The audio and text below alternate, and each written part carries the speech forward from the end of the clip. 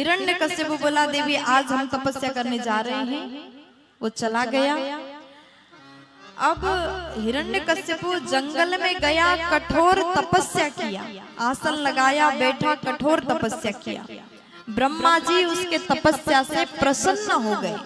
ब्रह्मा जी महाराज दर्शन देने के लिए आए, लेकिन हिरण्यकश्यप बैठा है, उसको पता ही नहीं चला कि ब्रह्मा जी आ चुके हैं। ब्रह्मा जी बोले उत्तिष्ठोत्तिष्ठ भद्रं ते तपः सिद्धोऽसि काश्यपा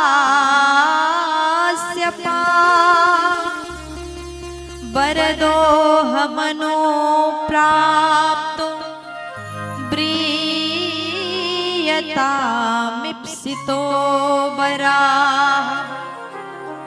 हिरण्यकश्यप से ब्रह्मा जी बोले उत्तिष्ठ भद्रं ते तपः सिद्धोऽसि काश्यप। उठ जाओ हिरण्यकश्यप, तुम्हारा तपस्या पूर्ण हो गया और मैं तुम्हारे तपस्या से प्रसन्न होकर के आ गया हूँ। जो भी वरदान लेना हो मांग लो। हिरण्यकश्यप बोला ब्रह्मा जी हमको अमर बना दीजिए। ब्रह्मा जी बोले ऐसा हो ही नहीं सकता। अब हिरण्यकश्यप बोला हमें अमर होने के वरदान तो ब्रह्मा जी बोले देखो हिरण्यकश्यप, अगर हम आपको अमर बनाएंगे, कल कोई दूसरा तपस्या करेगा, वो कहेगा हमको अमर बना दीजिए, फिर उसको भी बनाना पड़ेगा। ऐसे तो संसार का नियम बिगड़ जाएगा, इसलिए कुछ और मांगो। अब हिरण्यकश्यप कहता है देखो ब्रह्मा जी, अगर आप हमें अमर नहीं बना रहे हो तो इसके बदले में मैं जितना भी वरदान मांगू वो सब आपको देना पड़ेगा।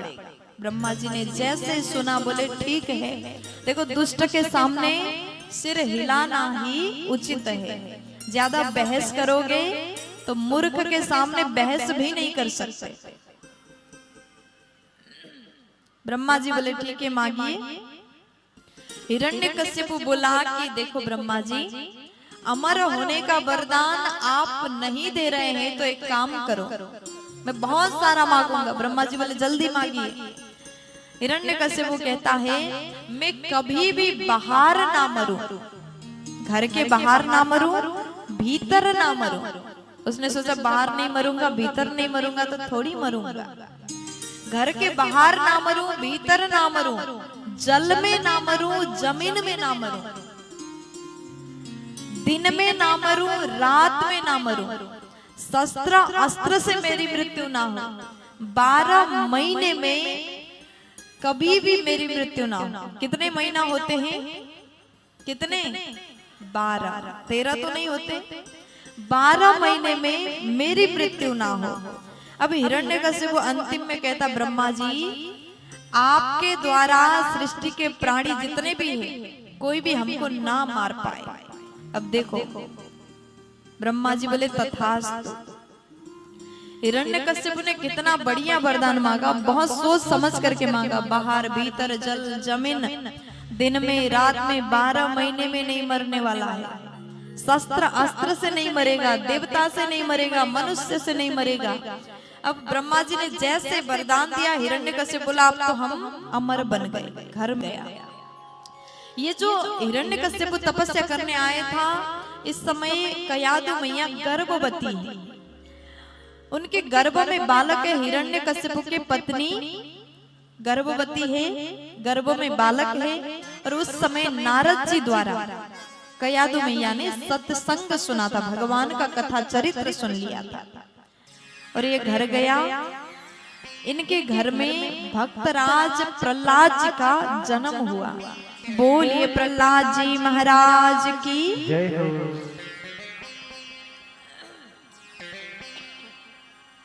प्रहलाद जी महाराज परम भक्त इनके घर में आए। ये कयादु देवी ने सत्संग सुन लिया था, उसी का फल स्वरूप है। नहीं तो राक्षस के घर में इतने सुंदर भक्त का आगमन संभव ही नहीं। लेकिन कयादु मैया जब वो बालक गर्भ में था ना, उस समय भगवान का खूब कथा सुन लिया। इसलिए हम भी आपसे निवेदन करेंगे, अगर आप गर्भवती हैं, आपके गर्भ में बालक है, तो उस समय भजन किया करो, उस समय भगवान का कथा सुना करो। प्यार से बोलो आपके घर में भी प्रहलाद जैसे भक्त आएंगे। एक बार जोर से बोलो ना। अब हिरण्यकश्यप को लगा अब तो हम बिल्कुल अमर हो गए। अब उसने आतंक फैलाया, सबको दुख देता, कष्ट देता। उसके राज्य में कोई भी साधु संत बैठ करके हवन पूजन नहीं कर पाते थे।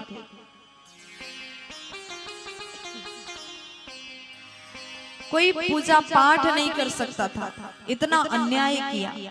और जैसे बालक थोड़ा सा बड़े हुए, उनको गुरुकुल भेज दिया, दैत्यों के गुरुकुल में।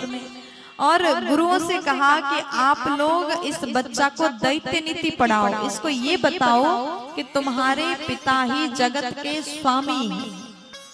संडामर्क दो गुरु हैं, दोनों ने पढ़ाया। लेकिन प्रहलाद जी तो पहले से पढ़ करके आए थे, माँ के गर्भ से सब कुछ सीख के आए हैं, भगवान का भक्ति जान के आए हैं। अब प्रहलाद जी अपने एक कोने में बैठ करके भगवान का याद करते थे, स्मरण करते थे, नाम जप करते थे। और एक बार हिरण्यकशिपु गुरुकुलम में गया, अपने बच्चा को गोद में रखा और पूछा, बेटा ये बताओ आपने क्या पढ़ाई की? तो प्रहलाद जी बोले, पिताजी मैंने बहुत सुंदर पढ़ाई की, आपको सुनाऊं? अब प्रहलाद जी ने जैसे कहा, पिताजी बोले बेटा हमको सुनाइए। तब प्रहलाद जी बोले, पिताजी तत्साधु मन्ने सुरवर यदेहिना सदा समुद्विग्न धियाम सद्ग्रहात् हित्वात्मपातं गृहमन्धकूपम् वनं गतो याधरिमाश्रयेत। आज प्रहलाद जी महाराज बोले कि पिताजी मैंने यही सीखा है कि संसार जो है ना ये अंधकूप है। इस संसार में आप जितना इस सांसारिक बंधन में फंसोगे उतना फंसते जाओगे, यहाँ से निकलना फिर बड़ा मुश्किल होगा। अंधकूप समान है, इसलिए आप ऐसे संसार से इस बंधन से बचना चाहते हो तो नारायण नाम भज लिया करो। अब प्रहलाद जी महाराज ने जैसे कहा, हिरण्यकशिपु को क्रोध आया, तुरंत अपने बच्चा को, बेटा को जमीन अपनी गोद से उठा करके जमीन में पटक दिया। हिरण्यकशिपु चला गया। गुरुओं को खूब डांटा, हमने आपको कहा था दैत्य नीति पढ़ाई, आपने क्या उल्टा विद्या पढ़ा दिया। अब उसके पश्चात सुखदेव जी बोले, महाराज ये हिरण्यकशिपु इतना दुष्ट है, इतना दुष्ट है। घर में गया और एक दिन प्रहलाद जी अपने घर आए, पिता के गोद में बैठे। हिरण्यकशिपु ने पूछा, बेटा बताओ क्या पढ़ के आए? प्रहलाद जी बोले, पिताजी एक नहीं 9 बातें सीख के आया। हिरण्यकशिपु बोला, हमको सुनाओ। प्रहलाद जी बोले, पिताजी श्रवणम कीर्तनम विष्णो स्मरणम पाद सेवनम अर्चनम बंदनम दास्यम सख्यमात्मनिवेदनम। आज प्रहलाद जी महाराज कहते हैं, पिताजी मैंने एक नहीं 9 बात सीख के आया। नवदा भक्ति के बारे में अपने पिता को सुनाया, भगवान का कैसे भजन करना चाहिए। 9 प्रकार की भक्ति है। आप किसी भी तरह से अपने मन को भगवान के चरण में लगाइए। हिरण्यकशिपु को फिर क्रोध आया, जमीन में फेंक दिया। फिर तो हिरण्यकशिपु ने प्रहलाद जी को खूब दंड दिया, खूब सजा दिया। हिरण्यकशिपु ने कभी जल में डुबो दिया, कभी हाथी से कुचलवाया, कभी गिर से गिरा दिया। लेकिन प्रहलाद जी के मन में विश्वास था।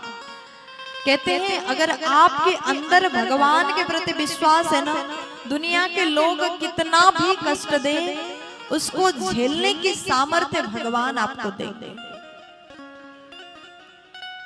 दुख जीवन में आएगा, लेकिन उसका सामना करने का हिम्मत भगवान आपको देंगे।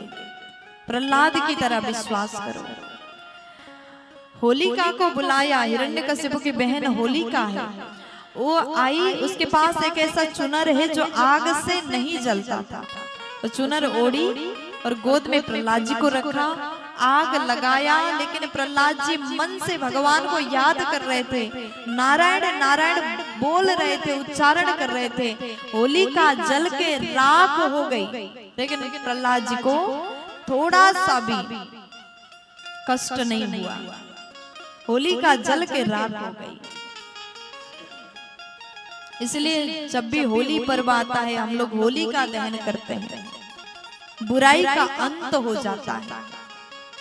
बुराई आपको तकलीफ पहुंचा सकता है, लेकिन अंतिम में जीत हमेशा अच्छाई का ही होता है। प्यार से बोलो।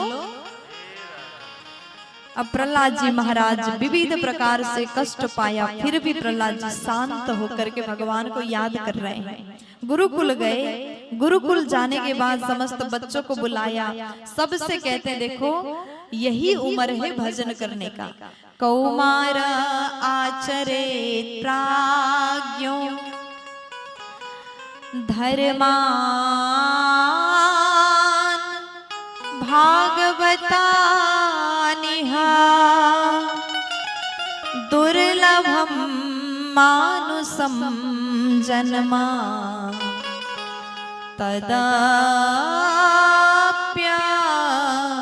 ध्रुवमर्थदम। आज प्रहलाद जी महाराज बच्चों से कहते हैं, अपने मित्र से कहते हैं, देखो कौमार आचरित प्राज्ञों, बचपन से ही भजन करना चाहिए। इसलिए सब कोई आइए, हम सब मिलके भगवान का भजन करेंगे, नारायण नाम जप करेंगे। बच्चे बोले देखो प्रहलाद, हम भी चाहते भगवान का नाम जप करना, लेकिन तुम्हारे पिता से बड़ा डर लगता है। प्रहलाद जी बोले अगर भगवान पर भरोसा है तो हमारे पिता से डरने की आवश्यक नहीं। सबको बुलाया, सब मिलकर के नारायण नाम भजन कर रहे हैं।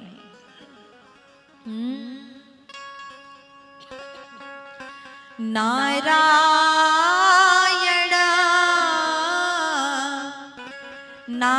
नारायण श्रीमन नारायण नारायण नारायण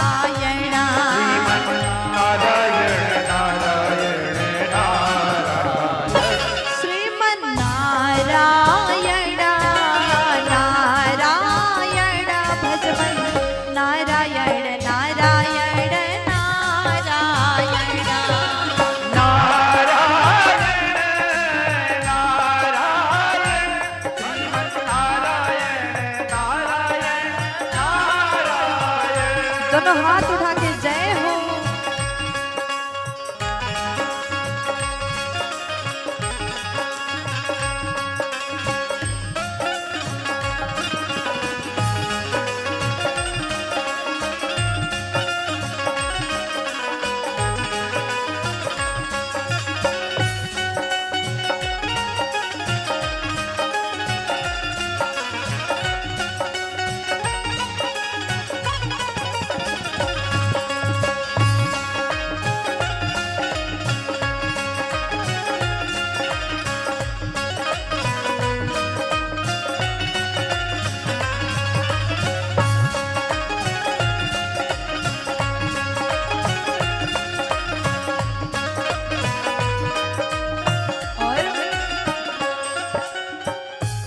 लक्ष्मी नारायण नारायण नारायण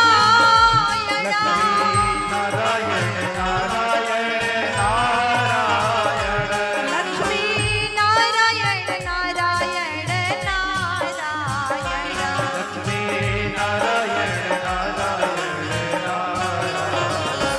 मुक्ति नारायण नारायण मुक्ति नारायण नारायण नारायण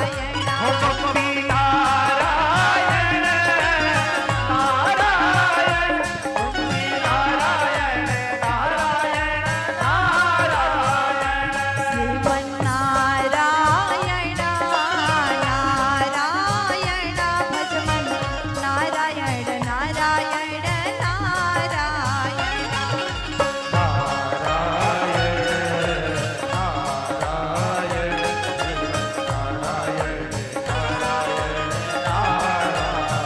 दोनों हाथ उठा के ताली जोरदार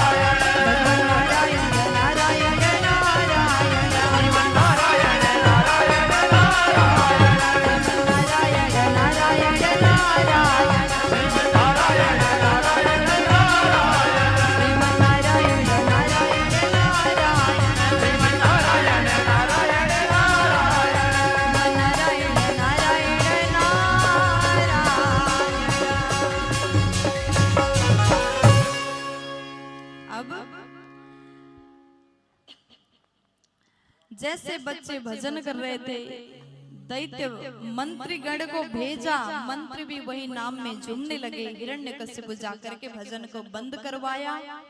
आज प्रहलाद जी से अत्यंत क्रोध में हिरण्यकशिपु पूछता है, अरे प्रहलाद ये तुमने क्या कर दिया?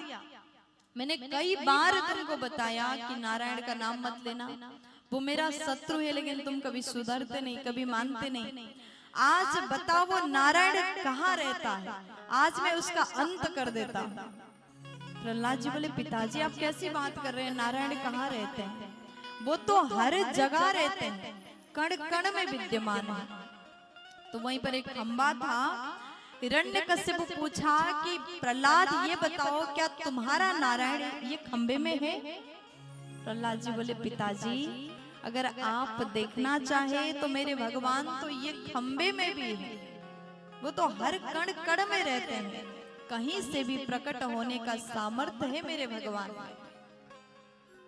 हिरण्यकशिपु क्रोध में प्रहलाद से बोला, आज मैं तुम्हारा नारायण को छोड़ूंगा नहीं। तलवार उठाया, जोर से खंबे में मारा, भगवान नरसिंह रूप में प्रकट हो गए। बोले नरसिंह अवतार भगवान की जय हो। अब तो भगवान गर्जना करते हुए हिरण्यकशिपु की ओर बढ़े। हिरण्यकशिपु भागने लगा। दिन भर दोनों में विशाल युद्ध हुआ। संध्याकालीन बेला में भगवान नरसिंह अवतार हिरण्यकशिपु को गोद में लेकर के बीच दहलीज पर बैठ गए। हिरण्यकशिपु बोला कि तुम मुझे मार नहीं पाओगे, कैसे मारोगे? मेरे पास तो बहुत सारे वरदान हैं। प्रहलाद जी के पिता हिरण्यकशिपु भगवान के गोद में लेटे हैं। उसने हिरण्यकशिपु ने कहा कि मेरे पास बहुत वरदान है। भगवान बोले, बताओ कौन से वरदान? तब हिरण्यकशिपु बोला, देखो हम दिन में नहीं मरेंगे, रात में नहीं मरेंगे। भगवान बोले, दिन में नहीं मरोगे, रात में नहीं मरोगे, संध्या काल में तो मर सकते हो ना। अब ये दिन भी नहीं रात भी नहीं, तो संध्या काल है। और उसके बाद हिरण्यकशिपु ने कहा कि मैं बाहर नहीं मरूंगा, भीतर नहीं मरूंगा। भगवान बोले, बेटा न ये बाहर है न ये भीतर है, तो बीच दहलीज है, न तुम बाहर हो न भीतर हो। तो उसके बाद फिर हिरण्यकशिपु बोला, मैं देखो शस्त्र अस्त्र से नहीं मरूंगा। भगवान बोले, इसलिए तुम्हारे लिए मैंने नाखून बड़ा किया। हिरण्यकशिपु बोला, देवता से नहीं मरूंगा, मनुष्य से नहीं मरूंगा। भगवान देख लो, क्या हम देवता लग रहे हैं या फिर मनुष्य लग रहे हैं? देखा तो भगवान का स्वरूप कैसा है? नरसिंह स्वरूप है। शरीर मनुष्य के समान और चेहरा सिंह के समान, नरसिंह रूप में आए। हिरण्यकशिपु बोला, ये वरदान भी फेल हो गया। फिर हिरण्यकशिपु कहता है, देखो हम 12 महीने में नहीं मरेंगे। भगवान बोले, बेटा तुम्हारे लिए हमने पुरुषोत्तम महीना बनाया।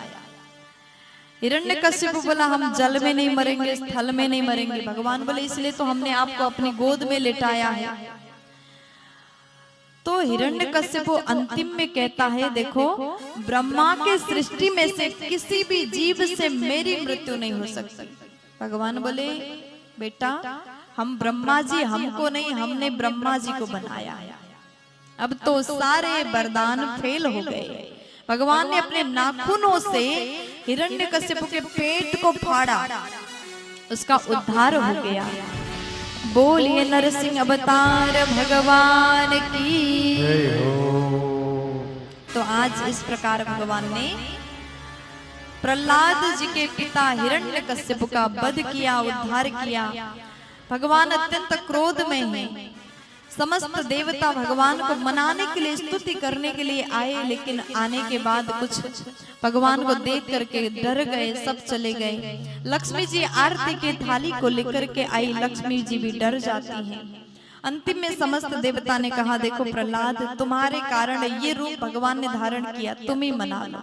प्रहलाद जी को आगे कर दिए। प्रहलाद जी जाकर के हाथ जोड़ करके खड़े हैं। अब कैसे मनाए भगवान को? प्रहलाद जी बोले, प्रभु आपने मेरे ऊपर बहुत बड़ी कृपा की। तो भगवान प्रहलाद जी को देखते ही भगवान करुणा से भर गए। भगवान ने प्रहलाद जी को गोद में लिया। जिस प्रकार एक गाय बछड़ा को प्रेम करती है, ठीक उसी प्रकार प्रहलाद जी को भगवान प्रेम करने लगे। और भगवान ने बड़े प्रेम से कहा कि बेटा मुझे आने में विलंब हो गया, क्षमा कर देना। प्रहलाद जी ने स्तुति गाया। भगवान बोले तुम चिंता मत करो, तुम्हारे पिताजी को हम परम गति देंगे और आप यहाँ पर धरती में राज्य करिए। प्रहलाद जी महाराज का राज्याभिषेक भगवान ने किया। प्रहलाद जी महाराज भगवान को प्रणाम करते हैं और कहते प्रभु आप हमें अपनी भक्ति दे देना। भगवान ने भक्ति दिया और उसके बाद प्रहलाद जी महाराज भगवान को प्रणाम करते, भगवान अंतर ध्यान हुए। प्रहलाद जी महाराज धरती में शासन करते हैं। बोलिए प्रहलाद जी महाराज की, नरसिंह अवतार भगवान की।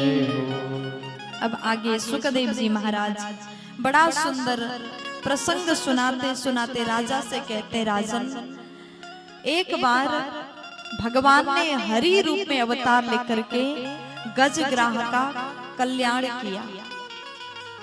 भगवान अब आगे समुद्र मंथन करवाते हैं। एक बार हुआ क्या, दुर्वासा नाम के ऋषि गए बैकुंठ में।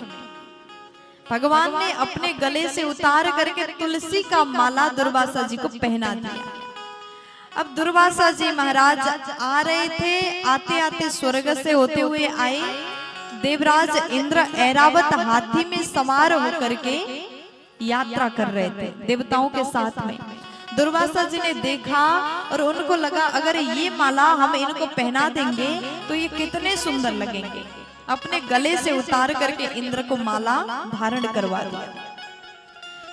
और उसके बाद दुर्वासा जी ने कहा कि हम बैकुंठ गए, भगवान ने ये माला अपने गले से उतार करके हमको दिया और हमने तुम्हारे गले में डाला, ये भगवान का प्रसाद है, अच्छे से रखना। इतना बोल के चले गए। थोड़ा आगे गए, देवराज इंद्र को लगा कि हम स्वर्ग के राजा इंद्र और सबने पहना हुआ, हम क्यों पहने। उन्होंने गले से उतारा, हाथी को पहना दिया। दुर्वासा जी मन में विचार करते वो माला पहनने के बाद इंद्र कितने सुंदर लग रहे होंगे, एक बार देखता हूँ। पलट के देखा, उसी समय वो हाथी ने अपने सूंड से माला को निकाल करके पैर के नीचे कुचल दिया। अब दुर्वासा ऋषि को बड़ा क्रोध आया। सबसे खतरनाक वाला क्रोध इन्हीं को आता है। प्यार से बोलो। अब दुर्वासा जी को बड़ा गुस्सा आया। गए, देखो इंद्र तुमने भगवान के प्रसाद का अपमान किया, तुम्हारे स्वर्ग से लक्ष्मी मैया चली जाए, श्राप देता हूँ। उन्होंने श्राप दिया। लक्ष्मी जी स्वर्ग को छोड़ के चली गई। इंद्रदेव बड़े दुखी हुए, देवता सहित भगवान के पास में जाकर के स्तुति किया, प्रभु अब हम क्या करें। भगवान बोले समुद्र मंथन करिए। कैसे करें समुद्र मंथन, कैसे करें, क्योंकि केवल हम देवता मिलके तो नहीं कर सकेंगे। तब भगवान बोले दैत्यों से दोस्ती करो। देवता बोले प्रभु आप कैसी बातें कर रहे हैं, दैत्यों से कैसे दोस्ती हो सकती है, वो तो हमें मानते नहीं, हमें पसंद नहीं करते, कैसे हम दोस्ती करें, वो तो हमारे शत्रु हैं। तब भगवान बोले देखो अपना काम बनाने के लिए शत्रु से भी हाथ मिलाना पड़ता है। हमेशा घमंड में मत रहिए। अगर आप किसी से दुश्मनी निभाओगे, आप सोचो कि सामने वाला हमसे बात करने के लिए आए, तो हमेशा ऐसा नहीं होता। कभी कभी स्वयं को झुकना भी आवश्यक है। भगवान कहते हैं अरयो पिहि संधेया सती कार्यार्थ गौरवे अहि मुसकवा देवा ह्यर्थस्य पदवीं गतैः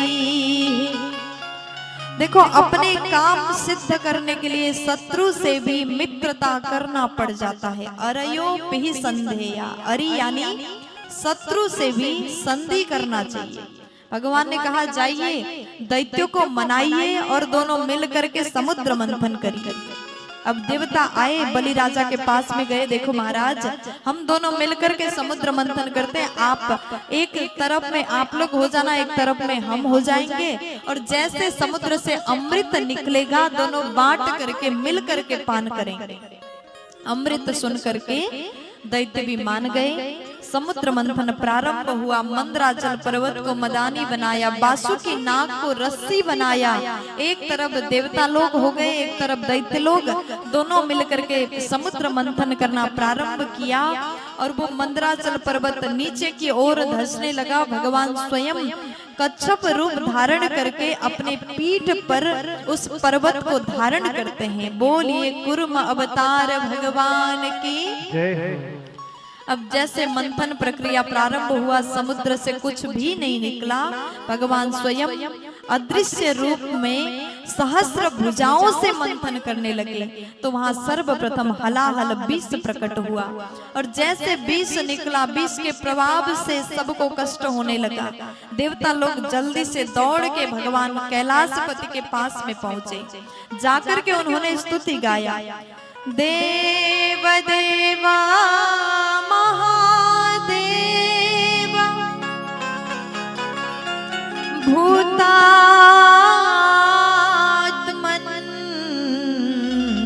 भूत भावन त्राहि नाः शरणापन्नास् त्रैलोक्या दहनाद विषाद। देवता लोग बोले कि हे देवादिदेव, हे महादेव, हम सब आपके शरण में हैं। समुद्र मंथन के बाद हलाहल विष प्रकट हुआ है और उसके प्रभाव से संपूर्ण ब्रह्मांड को कष्ट पहुंच रहा है। इसलिए हे महादेव कृपा करके आप चलिए जहर पान करने के लिए। अब देखो देवता इतने स्वार्थी हैं, अपने काम निकालने के लिए समुद्र से जहर आया तो भोलेनाथ को पिला दिया, और जब अमृत आया तो स्वयं पीने के लिए दौड़ रहे हैं। देवता में भी स्वार्थ है। भोलेनाथ कहते ठीक है, अगर मेरे जहर पान करने से ब्रह्मांड को सुख होगा तो मैं जरूर पीऊंगा। भोलेनाथ तुरंत गए, जहर को समेटा, ततः करतली कृत्या व्यापी हालाहलम विषम अभक्षयन महादेवा कृपया भूत भावन। जैसे भोलेनाथ ने अंजलि में विष को समेटा, भोलेनाथ पान करते हैं।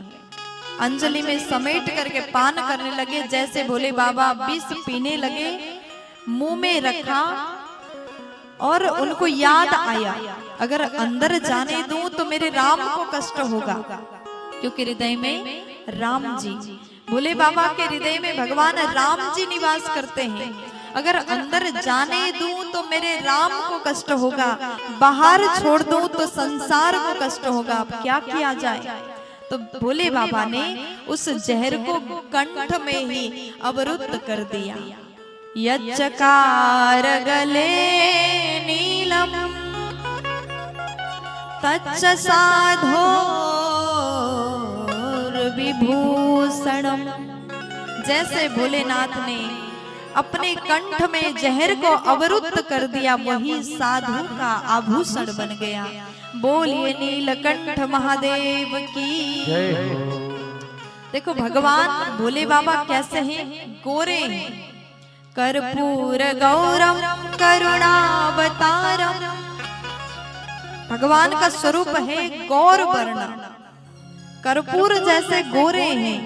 और ऐसे गोरे भगवान के कंठ में जब नीला जहर दिखाई दिया तो वो अत्यंत सुंदर आभूषण की तरह चमकने लगा। प्यार से बोल दीजिए ना। भोले बाबा का सौंदर्य और बढ़ गया। भोलेनाथ वहां से अपने कैलाश गए जहर पान करके। अब आगे समुद्र मंथन को बढ़ाया। जैसे सुखदेव जी बोले, महाराज पीते गरे वृषांकेण प्रीतास्ते मरदानवा ममांथुस्तरसा सिंधुम हविर्धानि ततो भवत्। अब सिंधु को यानी समुद्र को मंथन किया तो हविर्धानी कामधेनु गाय प्रकट हो गई। गाय ब्राह्मणों को दिया। उसके बाद उच्चैश्रवा घोड़ा प्रकट हुआ। उसके पश्चात चंद्रमा प्रकट हुआ। भोलेनाथ ने चंद्रमा को अपने शीश पर धारण किया। उसके पश्चात ऐरावत हाथी प्रकट हुआ, इंद्र को दिया। बारोड़ी मदिरा प्रकट हुआ तो दैत्यों ने पान कर लिया। तो मदिरा पान किसे करना चाहिए? किसे करना चाहिए? दैत्यों को करना चाहिए। ये मदिरा बना ही दैत्य के लिए, मानव के लिए नहीं। प्यार से बोलो ना। उसके पश्चात कौस्तुभ नामक मणि प्रकट हुआ। भगवान ने अपने वक्षस्थल में धारण किया। पारिजात प्रकट हुआ, स्वर्ग में भेजा गया। उसके बाद नाचती हुई अप्सराएं प्रकट हुई, स्वर्ग में पहुंचाया। तत्पश्चात ततश्चाभिरभू साक्षात् श्री रमा भगवत परा रंजयन्ती दिशाः कान्त्या विद्युत सौदामणि यथा। साक्षात श्री रमा भगवती लक्ष्मी जी प्रकट हो गई। बोलिए लक्ष्मी मैया की। अब जैसे लक्ष्मी आई, सब कोई बोले लक्ष्मी हमको दे दो, हमको दे दो। वहां पर जितने दैत्य दानव जितने भी खड़े थे, सबको लक्ष्मी चाहिए था। दुनिया में ऐसा कोई भी नहीं होगा जो लक्ष्मी को ना चाहता हो। आप लोग चाहते हो कि नहीं? हाथ उठा के बता दो किसको लक्ष्मी चाहिए।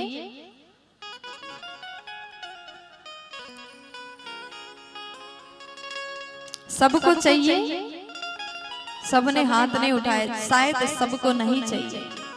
अच्छा, जिसको चाहिए बिना झूठ बोले हाथ उठा दो। ऐसे सभी को चाहिए। और नारायण किसे चाहिए? अब कुछ लोगों को नारायण नहीं चाहिए, लक्ष्मी चाहिए, है ना।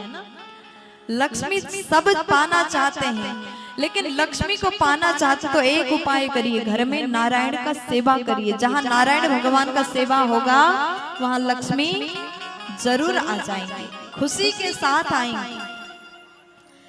राम अवतार में हो सकता है या फिर कृष्ण रूप में नारायण का सेवा करिए। लक्ष्मी जी जैसे प्रकट हुई, सबने कहा लक्ष्मी हमको चाहिए, लक्ष्मी हमको चाहिए, हमको चाहिए। और एक बुद्धिमान व्यक्ति ने कहा एक काम करते हैं, लक्ष्मी को तो हम सब पाना चाहते हैं, लेकिन लक्ष्मी किसको पाना चाहती है ये भी तो ध्यान रखने की बात है। लक्ष्मी के हाथ में जयमाला दिया और लक्ष्मी मैया सबके सामने से निकलती हुई गई, किसी के गले में नहीं डाला। दूर खड़े ही भगवान नारायण वहां जाकर के भगवान के गले पर मैया ने माला डाल दिया। बोलिए लक्ष्मी नारायण भगवान की जय हो। अब उसके बाद लक्ष्मी नारायण अपने वैकुंठ में चले गए। आगे समुद्र मंथन फिर किया। साक्षात धन्वंतरी भगवान कार्तिक कृष्ण त्रयोदशी के दिन में प्रकट हो गए, हाथ में अमृत का कलश लेकर के। जैसे अमृत दिखाई दिया, दैत्य दौड़ के आए, अमृत के कलश को छीना, भाग गए। देवता रोने लगे, अब क्या होगा। जिस चीज के लिए समुद्र मंथन किया वो तो दैत्य लेकर के चले गए, अब क्या किया जाए। रोने लगे, भगवान को याद करने लगे। तब भगवान स्वयं मोहिनी रूप में प्रकट हो गए। बोलिए मोहिनी अवतार भगवान की जय हो। और भगवान इतने सुंदर बन के आए, इतने सुंदर बन के आए, दैत्य लोग देखते ही मोहित हो गए। सुंदर सी नारी बन के भगवान आए। दैत्य बोले अहो रूप महो धाम अहो अस्या नवम वयः। दैत्य बोले आहा कितना सुंदर स्वरूप है, कितनी सुंदर है नारी। और मन हुआ कि जाकर के बात कर लें। दैत्य पास में गए और कहा देवी जी बताइए आप कहाँ जा रहे अकेली अकेली। भगवान बोले हम तो ऐसे घूमते रहते आते जाते रहते हैं, आपके साथ कोई नहीं है? नहीं नहीं बस हम अकेले घूमते हैं। और दैत्य ने पूछा देवी अपनी सारी बात बता दिए। भगवान के सौंदर्य में मोहित होकर के दैत्य ने कहा कि हमने समुद्र मंथन किया ये देवता से मिलकर के, और जैसे यहाँ से अमृत प्रकट हुआ हम लोग इसे पान करना चाहते, देवताओं को देना नहीं चाहते, लेकिन आपको देखने के बाद ऐसा लग रहा है आपके ही हाथ से हम पान कर लें। देवी आप अपने हाथ से हमको अमृत पिला दो। जैसे अमृत का कलश दिया, भगवान बोले एक काम करो आप लोग इधर खड़े हो, आप लोग इधर खड़े हो, दोनों को हम केवल दैत्यों को अमृत पिलाएंगे, लेकिन एक काम करते हैं देवता को भी बुरा ना लगे इसलिए ऊपर का पतला पतला हिस्सा इनको पिला देते हैं। भगवान ने दोनों को लाइन में खड़ा किया और भगवान ने छल से देवता को अमृत पिलाया। दैत्य लोग देखते रह गए। एक सुरभानु नामक दैत्य था, वो बीच में घुस गया सूर्य चंद्र के और अमृत को पान किया। सूर्य देव ने बताया कि भगवान ये देवता नहीं दैत्य है, इसने छल से अमृत को पिया। तो उसके पश्चात भगवान ने तुरंत उसके सिर को काट दिया। अमृत पान कर चुका था, वो मरा नहीं, वो अमृत पान किया था इसलिए उसका मृत्यु नहीं हुआ। वही राहु और केतु बन गया। इसलिए कभी भी सूर्य ग्रहण हो, चंद्र ग्रहण हो, तो उस समय भोजन नहीं करना चाहिए, उस समय भजन करना चाहिए। सूर्य ग्रहण में, चंद्र ग्रहण में ये राहु केतु जो है सूर्य चंद्र को कष्ट देते हैं, इसलिए उस समय हम भजन करके बैठना चाहिए। प्यार से बोल दीजिए ना। अब जैसे देवता के साथ में छल हुआ, तुरंत युद्ध हुआ, देवासुर संग्राम हुआ। भगवान तो अंतर ध्यान हो गए। स्वर्ग को पाने के लिए राजा बलि यज्ञ करने लगे। इंद्रदेव को तकलीफ हुआ, तुरंत माँ के पास गए, अदिति मैया के पास में सारी बात बताया। मैया अब मैं क्या करूं? बलि राजा स्वर्ग के राजा बन जाएंगे। तब अदिति मैया ने पयोव्रत किया। स्वयं भगवान ने दर्शन दिया, मैया मैं आपके गर्भ से आपके घर में बालक बन के आऊंगा, बामन रूप में आऊंगा। और मैया ने व्रत किया, तपस्या किया। भगवान स्वयं नारायण भाद्र शुक्ल द्वादशी के दिन में बामन रूप में प्रकट हो गए। बोलिए बामन अवतार भगवान की। तंबडुम बामनं दृष्ट्वा मोदमाना महर्षया कर्माणि कारयामासु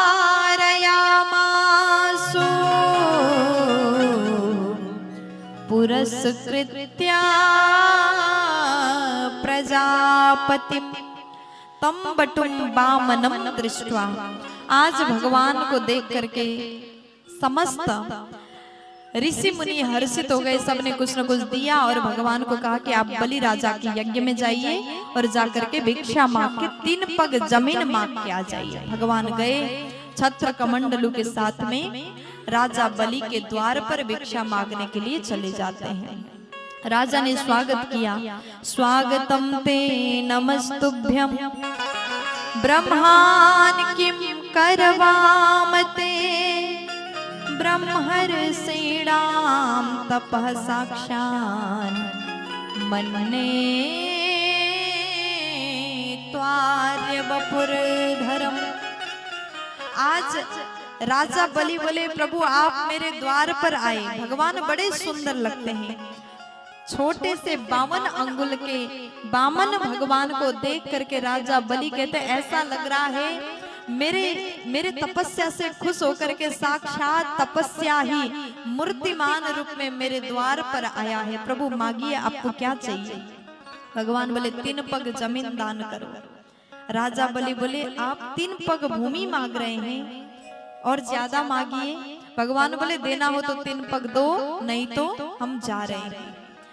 तब राजा बोले ठीक है प्रभु, जैसा आपको लगे आप स्वीकार करिए, मैं दूंगा। वचन दिया, संकल्प किया। जैसे भूमि दान का संकल्प हाथ में जल लेकर के भगवान के चरण में छोड़ा, भगवान विराट रूप धारण करते हैं। बोलिए विराट स्वरूप भगवान की। अब उसके पश्चात राजा बलि देखते ही रह गए भगवान का विराट रूप। भगवान ने नापना शुरू किया अपने एक चरण से, समस्त पृथ्वी मंडल नाप दिया। 3 पग जमीन मांगा था, 1 पग से पृथ्वी मंडल नापा और 1 पग से भगवान ने पूरे ब्रह्मांड को नापा। भगवान के अंगूठे से ब्रह्मांड फट गया, गंगा जी प्रकट हो गई। बोलिए गंगा मैया की। और ब्रह्मा जी ने गंगा जी को कमंडलू में भर लिया। भगवान बोले 2 पग जमीन तो हो गया, लेकिन अब जमीन ही नहीं बचा। महाराज अब क्या करोगे। बलि राजा बोले प्रभु मैं क्या बताऊं, आप एक बात बताइए, धन बड़ा होता है कि धन के मालिक बड़ा होता है। भगवान बोले धन के मालिक बड़ा होता है। तो सरकार कृपा करके अपना चरण मेरे सिर पर धारण करो, सिर पर रख दो। तब राजा बलि ने भगवान के चरण में अपना शीश झुकाया। भगवान ने अपना चरण राजा बलि के सिर पर रख दिया। इसे कहते बलिदान। बलि राजा के समान दान को बलिदान कहते हैं। बोलिए भक्त वत्सल भगवान की। 3 पग जमीन राजा बलि ने दान किया, स्वयं को भी दान कर दिया। अब भगवान बोले देखो बलि आप स्वर्ग इंद्र को दे दो, आप पाताल में राज्य करो। बलि राजा बोले ठीक है प्रभु, जैसा आप उचित मानेंगे हम करेंगे, लेकिन एक मेरा शर्त है, आप मेरे द्वार पर द्वारपाल बन के आपको रहना पड़ेगा। भगवान मान गए। राजा बलि के द्वार पर द्वारपाल बन के भगवान रहते हैं। तो ऐसी पावन कथा सुखदेव जी राजा परीक्षित को सुनाते हैं। आगे अब बस कुछ देर बाद ही हम भगवान कृष्ण जी का सुंदर जन्मोत्सव मनाएंगे। उससे पूर्व भगवान श्री राम जी का अवतार उत्सव मनाएंगे। बोलिए रामचंद्र भगवान की। सूर्य वंश में विविध प्रकार के राजा के चरित्र सुखदेव जी ने सुनाया। इस वंश में सत्यवादी राजा हरिश्चंद्र जैसे सत्यवादी राजा हुए। इस वंश में राजा त्रिशंकु सगर जैसे राजा हुए। भगीरथ नाम के राजा हुए, जिन्होंने अपने तपस्या के माध्यम से गंगा जी को धरती में लेकर के आए। अम्बरीश जैसे राजा हुए, जिन्होंने भगवत चरण में अपार प्रेम भक्ति किया। यही वंश में आगे ऋतुपर्ण नाम के राजा हुए। वही वंश में सौदास नाम के राजा हुए। सौदास के अस्मक के नारी कवच। उनके यहाँ खटवांग नाम के राजा हुए, जिन्होंने 2 घड़ी में मुक्ति को पाया। यही वंश में आगे दिलीप नाम के राजा हुए। उनके बेटा हुए महाराज रघु, जिनसे रघुकुल प्रारंभ हुआ। और उनके पुत्र हुए महाराज अज के बेटा हुए महाराज दशरथ। बोलिए दशरथ महाराज की। अब दशरथ राजा के बारे में तो आप सब जानते ही हैं।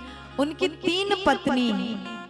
महाराज दशरथ की 3 पत्नी, मैया कौशल्या, मैया कैकेयी और मैया सुमित्रा जी। लेकिन जीवन के 4थे पन में महाराज को एक दिन ग्लानि हुआ और महाराज अत्यंत दुखी हो गए।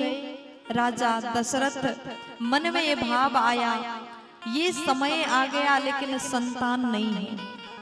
मैया कौशल्या ने कहा कि स्वामी, जीवन में समस्त सत्कर्म हमने किया, लेकिन पितृ ऋण से हम कैसे उऋण होंगे। तब राजा दशरथ के मन में ग्लानि हुआ, मेरे घर में संतान नहीं है। अपने गुरुदेव के पास में गए। बाबा कहते हैं, एक बार भूपति मन माही, एक बार भूपति मन माही, एक बार भूपति मन माही, एक बार भूपति मन माही, भई गलानी मोरे सुत नाही,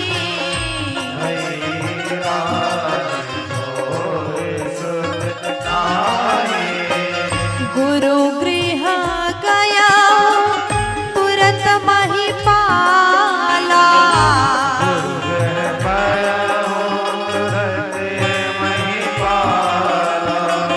चरण लागी करी विनय विशाला,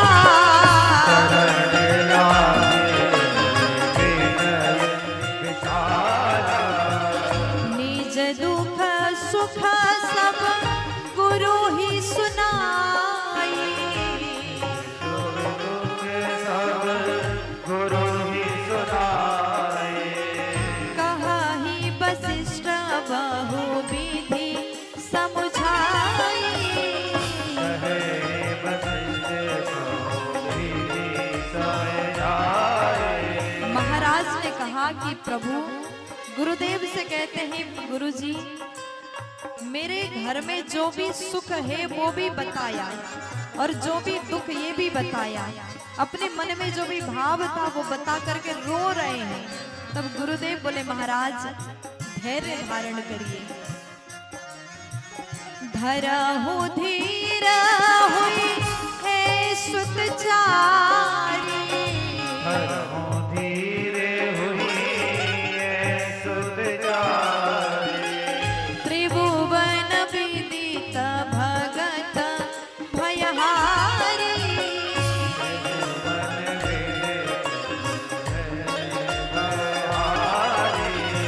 श्रृंगी ऋषि वशिष्ठ बुलावा, वशिष्ठ बुलावा, पुत्र काम शुभ यज्ञ करावा,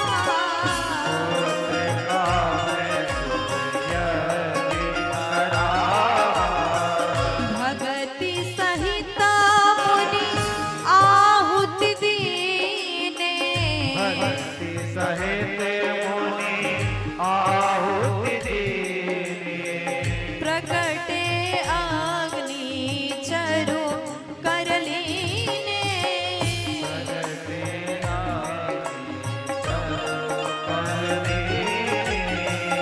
जो वशिष्ठ कछु हृदय विचारा,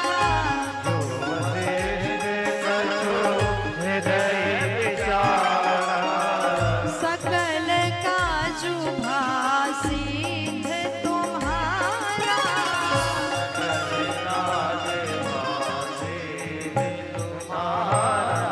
सिद्ध तुम्हारा,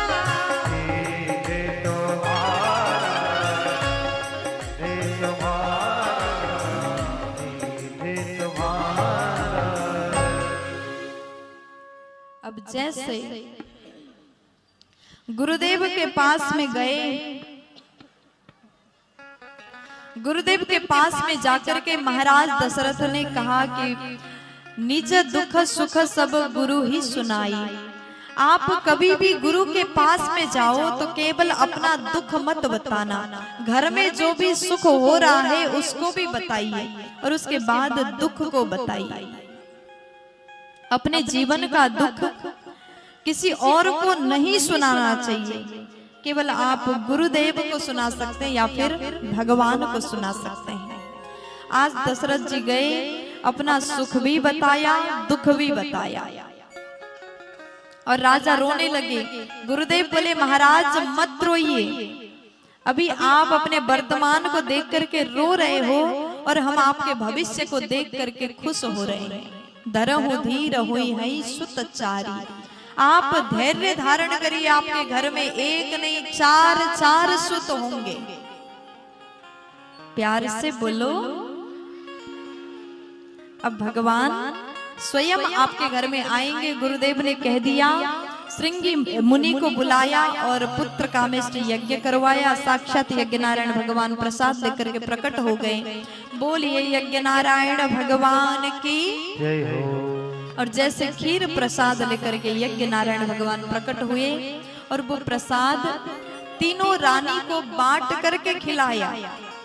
समय आने पर इनके घर में, महाराज दशरथ के घर में साक्षात भगवान पुत्र बन के आने वाले हैं। अब तो बड़ा आनंद हो रहा है। नगर को सजाया गया, सबको इंतजार कर रहे कब भगवान आएंगे, कब आएंगे, कब आएंगे। अवध में हल्ला हो गया, महाराज के घर में बालक का जन्म होने वाला है, अवतार होने वाला है। नगर को सजाया, सब स्वागत के लिए तैयार खड़े हैं। लेकिन भगवान कब आएंगे? बड़ा सुंदर समय मुहूर्त में आएंगे।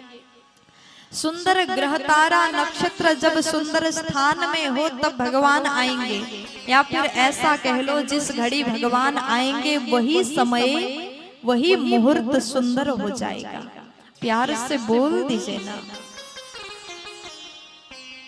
अब सब कोई बड़े भाव से प्रतीक्षा कर रहे, गा रहे हैं। भगवान कौन से समय आए? चैत्र नवमी में।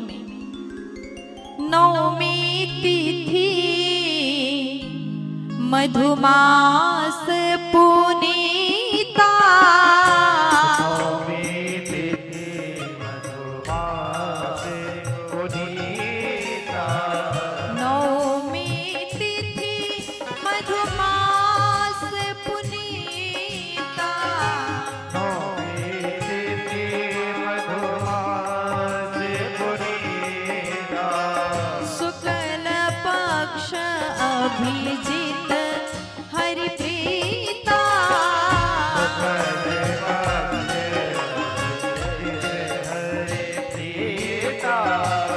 शुक्ल पक्ष अभिजित हरि प्रीता।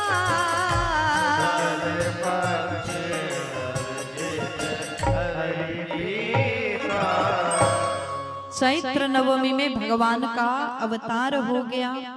बोलिए राम लला सरकार की, अयोध्या धाम की। जय हो।